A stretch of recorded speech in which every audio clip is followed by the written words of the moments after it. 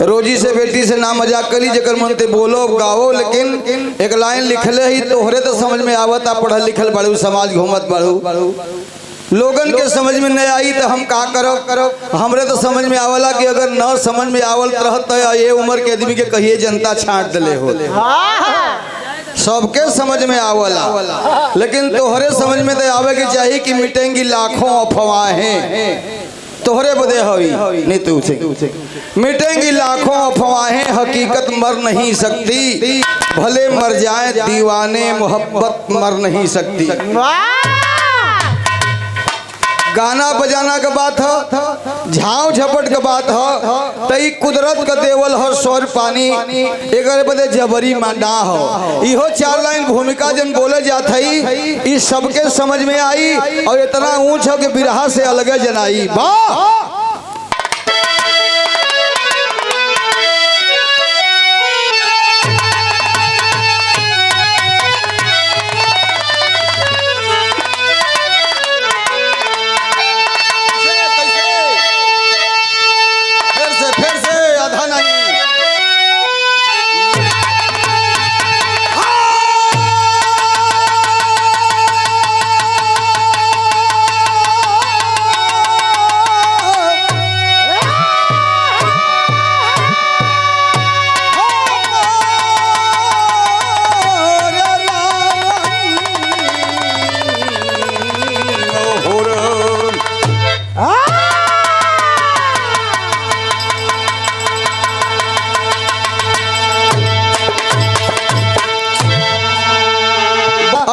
भूमिका हो। सियाराम कवि ने बड़ी अच्छी बात लिखा था, मानता हूं, लेकिन जरा एकर स्वाद लें कैसे लड़के।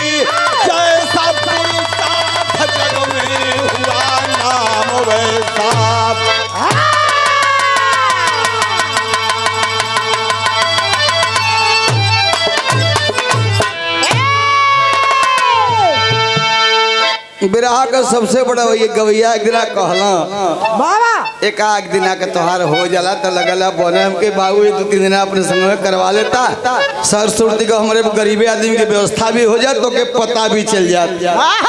आप लोगों का प्रेम होई अगर संजोग दाना पानी होई, कर दिए सत्कार राजा उस बुलाने वाले का, दाने दाने पर लिखा है नाम खाने वाले का ही है। बच्चन के समझ में नहीं आवत। देखा हम का गौली है, कर्म के योग से बनता प्रारब्ध है। प्रारब्ध का मतलब जो काल कैले हुआ आज मिलत है, जो आज करवा वो काल मिली। मास्टर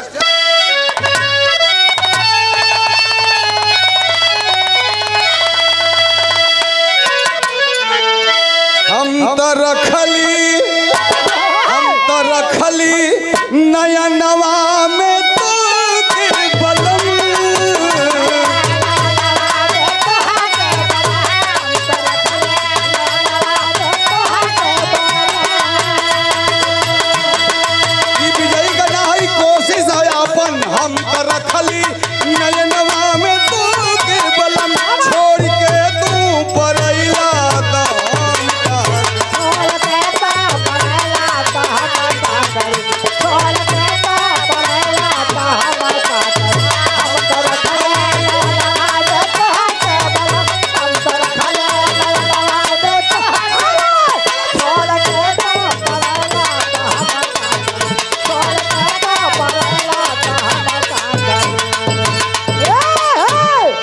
काटे के नितुराज बिटिया चंदिका के भी काट दे। कुछ लोग कहना साला दलिदर है, यहाँ से गावल न जाई, जैसे न गावल जी ओकर बिरहा भी बंद हो जाला। हम कहीं गवावे के ही लोग के भाई गलत सोच हो। हमरे जन भाग्य में हो लोग गवा ले, हमार बिरहवे कितना बचल बा, लेकिन अब वही 40-42 जने हुआ पूर्वांचल में की बल्ली के बुलाला कुछ आतर पातर सुनल जाई तो हमें का होई बाबू। हम काहे तोहर मेहनत सही और काटे का क्षमता हो तब काटा। विश्व गुरु चैंपियन भी कह सकला, बिरहा का विश्व चंदिका जी, उनको प्रणाम करता हूँ लेकिन काटता हूँ। उन्होंने लिखा था सर झुकाती है कुदरत भी उस वीर को जो भी अपने वतन का वफादार है। छेद सकता है पत्थर की छाती वही जिसके हाथों में हिम्मत का हथियार है। हम कहीं गुरु जी जहाँ हो आपकी आत्मा को भगवान शांति दे, लेकिन कुदरत कभी किसी को सर नहीं झुकाती चाहे कितना बड़ा पीर रहा हो। अब गाइए मत गाइए, बिरहा वाले कहाँ पहुँचेंगे वहाँ, ये उसकी दया न है। हम जो गा रहे हैं वो सही क्या सही है। पीरता पीरता सर झुकाती है जिस पीर को,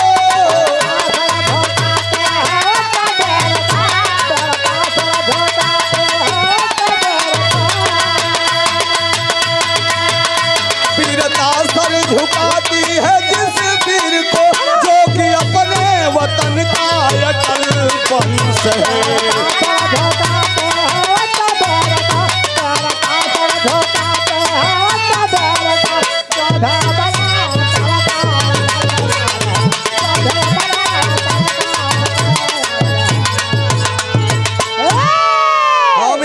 हम अहिरे के बात करत है। अहिर का मतलब वो नहीं जानता, दारू पी के ढंगलात हुआ रोड पर अपने के अहिर कहत हुआ 2-3 जूता मार के तो के खड़ा कर जाई। अगर अहिर का शब्द जानल चाहबा तो काल से लेके टक्कर जो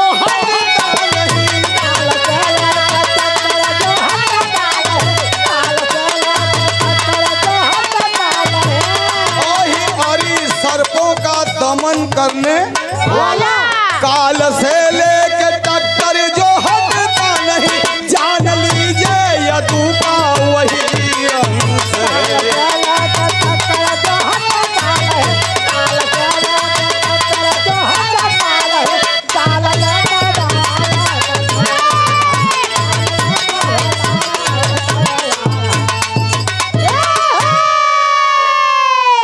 हम जन्म पर हैं, हम आपको 5 जन्म सुनाने जा रहे हैं। आप यादव जात पर मत जाइएगा। कृष्ण जन्म और कृष्ण भी यादव थे। कौन कहता है, वैसे तो पार ब्रह्म परमेश्वर थे, वही सतयुग के विष्णु थे, वही त्रेता के राम थे, वही द्वापर के कृष्ण थे। लेकिन जब माया में आएंगे तो बकलोल नहीं बकता बल्ली। अगर वासुदेव यादव हैं तो देवकी यादव हैं, अगर देवकी यादव हैं तो कृष्ण भी यादव। हमको कहते हैं लोग कि तू अछूत हुआ, हमके मतलब कहीं तू शूद्र हुआ भाई। अरे हम कहीं हम याति का वंशज है यार, बिरहिया ना है ऐसे ही घास छोलीला क्यों पूछ देला तो गा देला। ये याति का 2 रानी देवयानी और शर्मिष्ठा, देवयानी ब्राह्मणी, शर्मिष्ठा ठकुरानी, देवयानी से यदु और पुरु दुर्वसु और शर्मिष्ठा से द्रुहु और अनु और पुरु, जो यही पुरु वाले हैं वो राम के वंश के हैं। तो ये सवर्ण है, हम बड़की माई के बड़का लड़का है तो हम बैकवर्ड है। यही है आपका संसार। एक लाइन और दे रहा हूं नुतु बचवा, समझौतापूर्ण लाइन, लेखक को धन्यवाद है। कैसे सर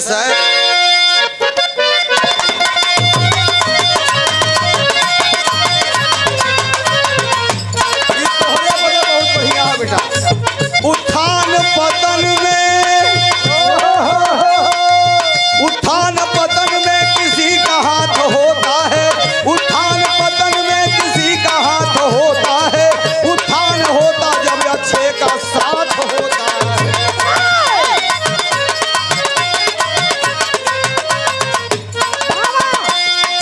लइकवा जाइए कहिए बाबू 500 रुपया गाय कैला है ना, वही है बेटा,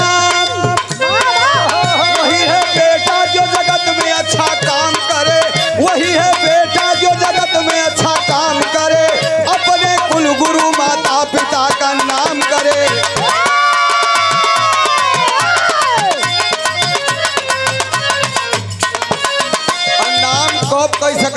चौधरी भैया सुंदर बाड़ी, स्वच्छ बाड़ी, मधुर बाड़ी, सुंदर बाड़ी से सौहार्द दिल में भर जाए, सुंदर बाड़ी से सौहार्द दिल में भर जाए, सराहनी सत्कर्मों से 7 पुस्तक।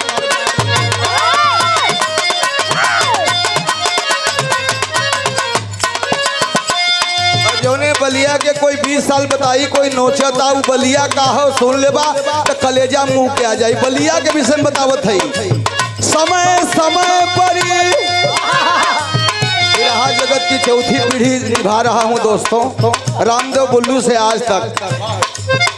समय समय पर जो इतिहास नया गढ़ता है और सदियों सदियों तक जमाना उसे पढ़ता है।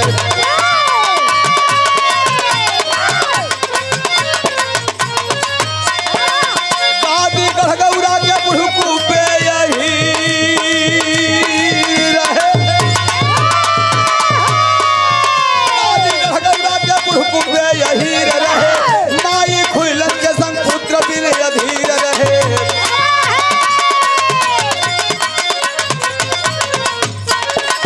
गंगा स्नान करने पूर्णिमा पर जाती थी, प्रसाद बांटते बच्चों को घर पे आती थी।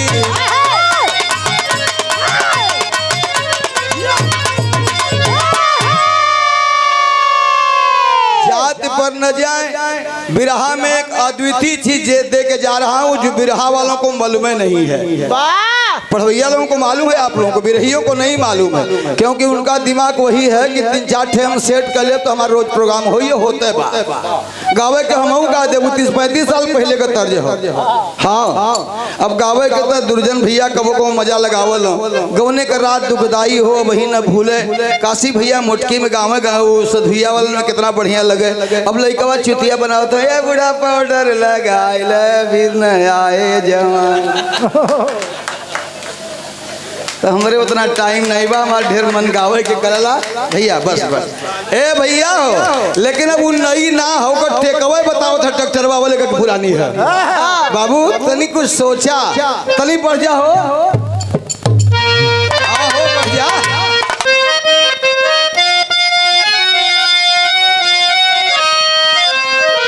वो तो दूसर दे दली आईना में नैना लड़ावेलू, इहो ना लोरी के वाला शुरू होगा। आईना में नैना लड़ावेलू, कनखी मार बुलावेलू।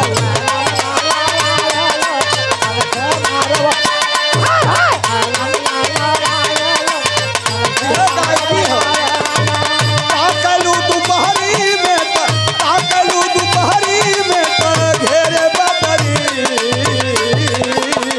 बोल हो चिड़ैया कहवा गिरी बीजे, बोल हो चिड़ैया कहवा गिरी बीजे, बोल हो चिड़ैया कहवा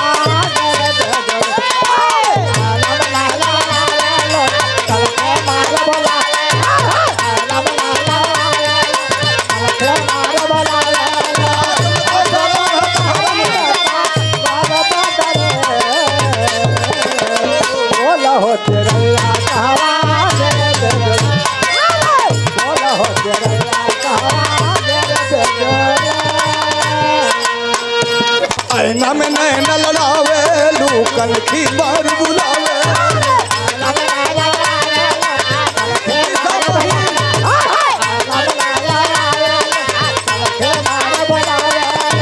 ताकलू दोपहरी में, ताकलू दोपहरी में घेरे बदरी,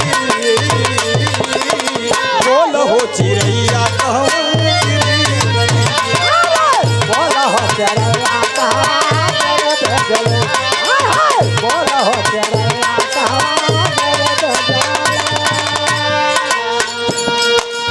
कार्तिक पूर्णिमा के गंगा नहाए जाए माई खुलन 50। आज जन्म हो, जन्म में सुनावत है बिरहा के बड़ा गहराई से सुना लोगन और कसौटी के साथ।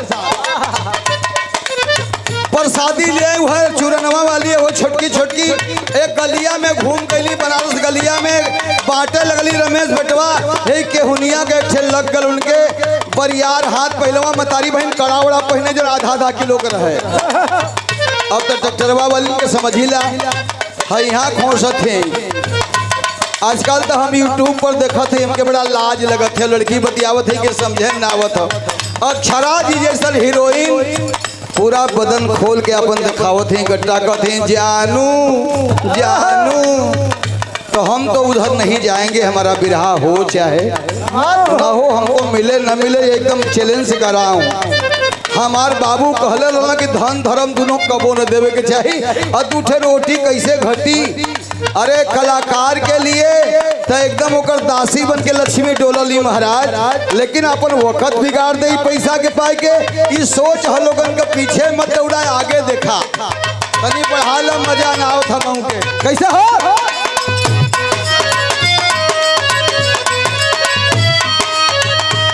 नहीं यार धुनिया बजा, विधना कई खेला बायन कर जब झमेला, विधना कई खेला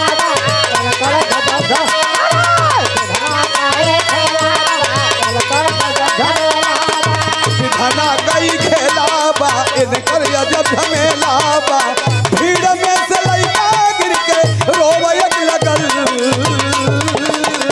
जगलस मतारी तन में गुस्सा बा जगल।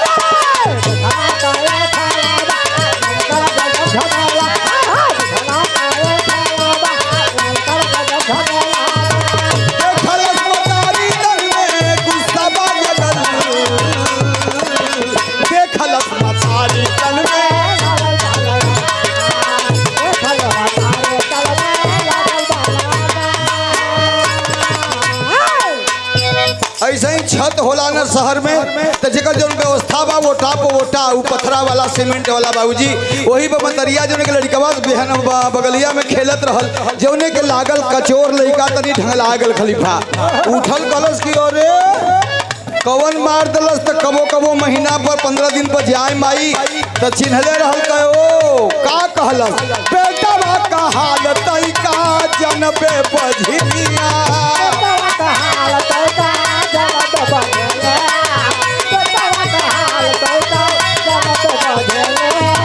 खुइलन के पान लागल सुनते बचनिया,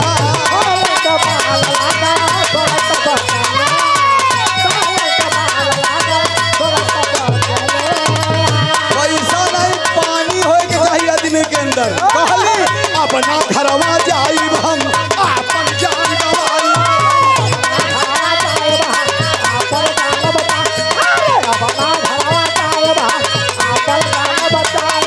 वही गंगा में कूद गई, गंगा में कूद गई ससिया कंगल, देखलस मतारी तन में गुस्सा बा,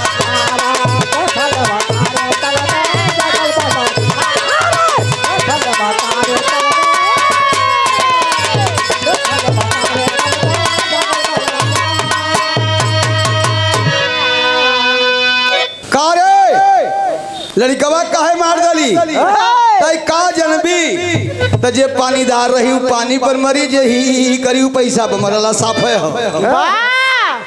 पैसा बिरहा से फिर ऊपर बतावत है नहीं तू हंस बोल के अपन लोग आवा नहीं तो कुछ ने मिल के चापा बल्ली के दर्द दिक्कत ना हुई, लेकिन जरूरी बात सुन ले बेटा, कभी कभी मुलाकात हो ले। पैसा हम कहले ही मालिक से अपने डॉक्टर भैया तोहरो लायक है, सबके लायक है कि बहुत मत दिहा, पहले पैसा में एक ऐब हो 90% चैलेंज दे के बोलो थे अहंकार पहले आ जाए, पहला होगू। और दूसरी बात जो बोला थे बिरहिया के आगे न आई न आड़े आई, पैसा मर्यादा बचाता कम है, मर्यादा लेता ज्यादा है। तो वो तो बहुत चाहबे न करी, हमने मालिक कहना कहो कुछ तो हूँ ले बाप कहीं हटे न कबो घटे न महाराज, ऐसे बस बेसी का चाहिए। कहली कि पानी बिगड़ गल रोज बजनिया रोज गंगा में कुदली, और कुदली तो गंगा माई नारी का रूप पकड़ के चुनाव पकड़ के अपन पानी ओनी पुछली कहनी ले एक ठे बुढ़िया बुढ़िए के बुढ़िया कहत बा तू के हऊ बाबू तर्ज रमेश आज के भैया से तोरे बाबू से बिरहा रहल गौले रहली आ तोके कयास न होई भक्ति के कहलो उतना मीठ हजियो लगी आ एके बिरहिया दौड़ा के पखाउज कर दिल हो बनारस वाले लेकिन गौले से पहले बलिया कौन तर्ज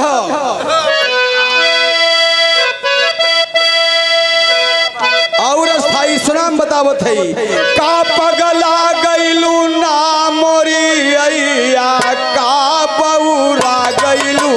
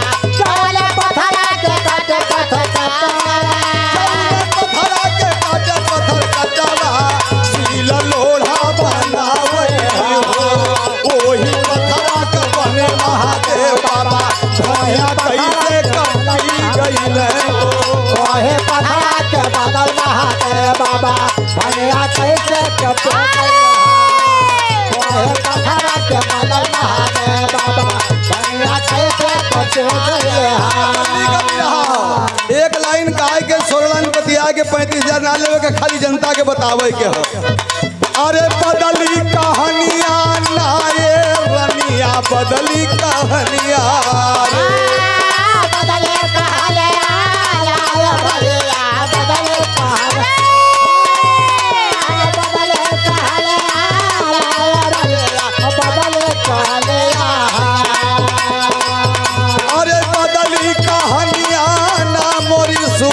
बदली कहानिया रे बनी है दुनिया में अमर निसनिया बनी है दुनिया में अमर निसनिया रनिया बदली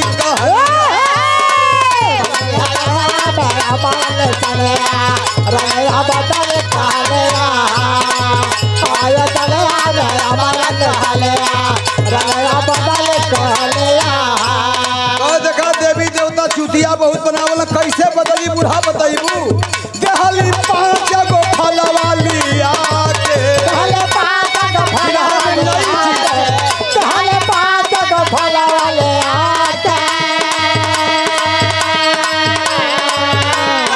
5 गो फलवाली आके अचारा में गठिया के हो अचारा में गठिया के हो पैदा हुई है पुत्र बरदनिया पैदा हुई है पुत्र बरदनिया ये रनिया बदली पैदा है पुत्र बरदनिया रनिया बदली पैदा है पुत्र बरदनिया रनिया बदली गंगा मां अंतर ध्यान होती है फिर नारी रूप में प्रकट होकर के 5 फल लिया के देती हैं एक एक कायदे से गठिया ले 4 ठे बांट दे एक ठे खाए ले कुल मत खा लेना अड़स जाई तब जय सिया राम ए भैया कहली कि 5 ठे में एक ठे हम खाब 4 ठे कहे 4 ठे बांट दिया ध्यान से भी रहा के सुनिहन एक आनंद लिहन जो समझ में आई बच्ची लोगन सब अपन गाई आयना का जैसे रात जलता तो के जरा कहे थोड़ो पड़ता उजरार बान अपने जलता तो ओकरे बदल ना बतियावे के गावे के हो दुआरे खड़ा ही तो कुछ हमरे जनावत बात सुना दे पुरान आदमी तनी सा और पर जो कली से यार हां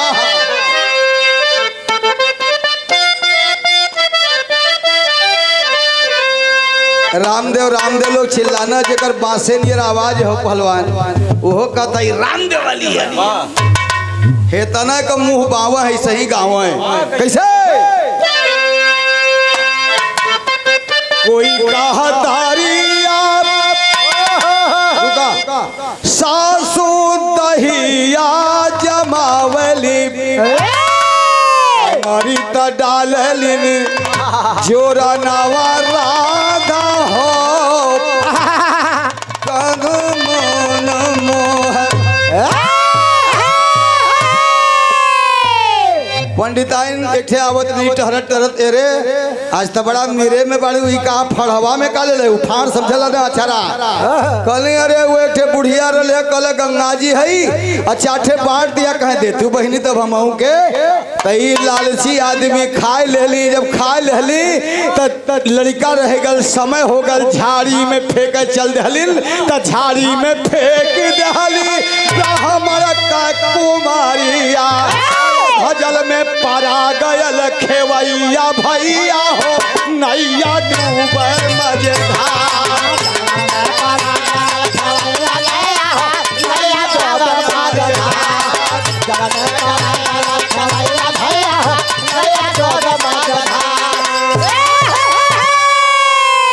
कोशिश करना चाहिए, कोशिश करने वालों की कभी हार नहीं होती ना।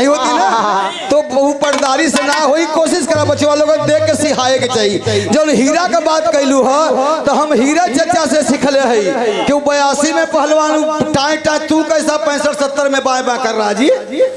यहाँ तो हम भेली नियर आवाज लेके लोग या प्रोग्राम है वह प्रोग्राम है। अरे भैया केबल गाए केबल धाए अच्छा तनिक शरीर थक जाई। हम तो 1.5 साल बिस्तरा पर 6 महीना रहली घोरावल मर गई ना बाकी वो बकवास करत है तो ई समाज साथ न दे। तू लोग लेबा है न खाली यही के तो के ना कहती गवैया ये नशा में हो के महीना में हमार 20 ठे हो इनकर 3 ठे हो ऐसा ना हो। ओरिजिनल ओरिजिनल हो और छोटा छोटा हो। अपने बड़ों का सम्मान न करना बेटा तो उन्हें अपमानित करने की कोशिश भी मत करना। कहली अरे यारी तो देखत ही गबड़ा दिलस हम कुंवारे बड़ी एक झाड़ी में ले जाके फेंक दिल जात रहलस तब बूढ़ो कूपे अब पानी के धारा बाबा खरका बजात जनों के बोहा आप लोग कहला बचवा कहाँ रोत बा जाके उठा लेहलन अये हर बूढ़ा खैली अभी के खाई 5 ठे फल हो ध्यान दियन। अब बूढ़ा खैली तो वनहू का दिन धीरे धीरे पूरत बा घरवा आवत आवत सोहर होत बा जैसे आप लोग सुनला हो। कहले हर का होता सोहर मतलब कह लड़का भला कल बारे प्रभु देला तो छप्पर फाड़ के देला जात रहला सावरू दादा बुढ़कू पे पानी के धारा मावा सवारी में पावल ऐसे सवारू रखल ना मावा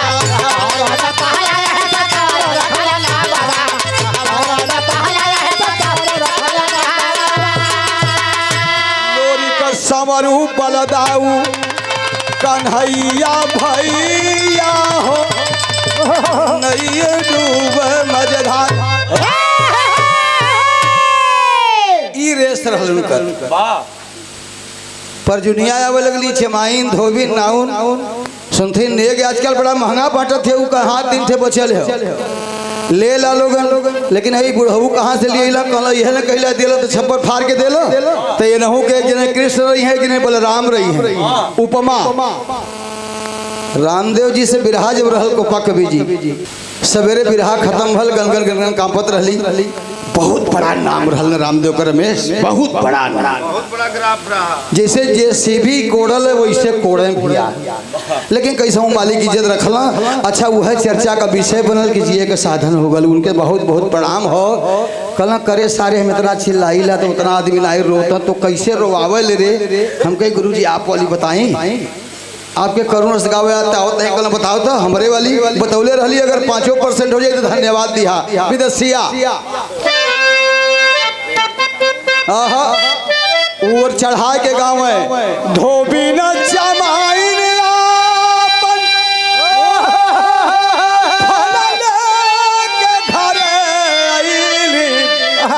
खैली जमाइन हरी हरी होई गईल मनावा आधा पेट खा के आधा फल खा के धोबिन खटिया खटिया पर रखी दहली लगली काम काज में भुलाई गयल धीनवा। कल बताओ इतना कहला तो कैसे गावले हम गाइला गुरुजी उह फल लेके उड़ी ए गुरुजी गइल चिल्होरिया हो ए गुरुजी उड़त उड़त गइली ओई हरदी के बनावा चरत रहली मंगरी घोड़ी ओई घसियै में लपेटी ले लस आइली समैया पूरा हो गयल सपना। एक फल चमाइन एक फल धोबिन ना उनके देरी अभी होत बा दूसर काम करत बा बूढ़ा दाई भुला गेली अभी एक ठे फल बचल हो लेकिन उनके याद आल आपके गवैयन के न मालूम बा हम बतावत हई हमहू के मालूम ना रहल वही के मालूम भयल कि गंगा जी का वादा रहल कि एक फल हमरे में फेंक दी है 4 फल खियाए खाए दी है एक अगर दे दिला नौनिया के कभी जी तो उनकर बाटा पड़ जाला ऐसे ओकर नावे ना ले ली ओके अच्छत और चौरे पर चटका देली त आधा फल धोबिन खैली खटिया पर रखली काम में भुलैली ओके चिल्होर लेके उड़ गई उह मंगरी घोड़ी के पेटे में चल गल मंगरुआ पैदा भल टेरी के भाव हो।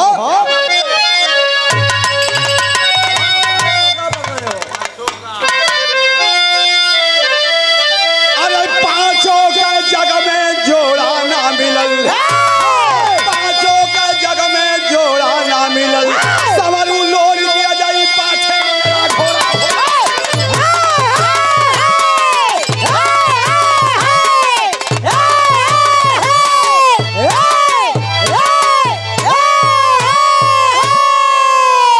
अब बिरहा चढ़ जा तो निपोर चरखा मन न दिया जाए यही पर चढ़ जाए कौन तरह रे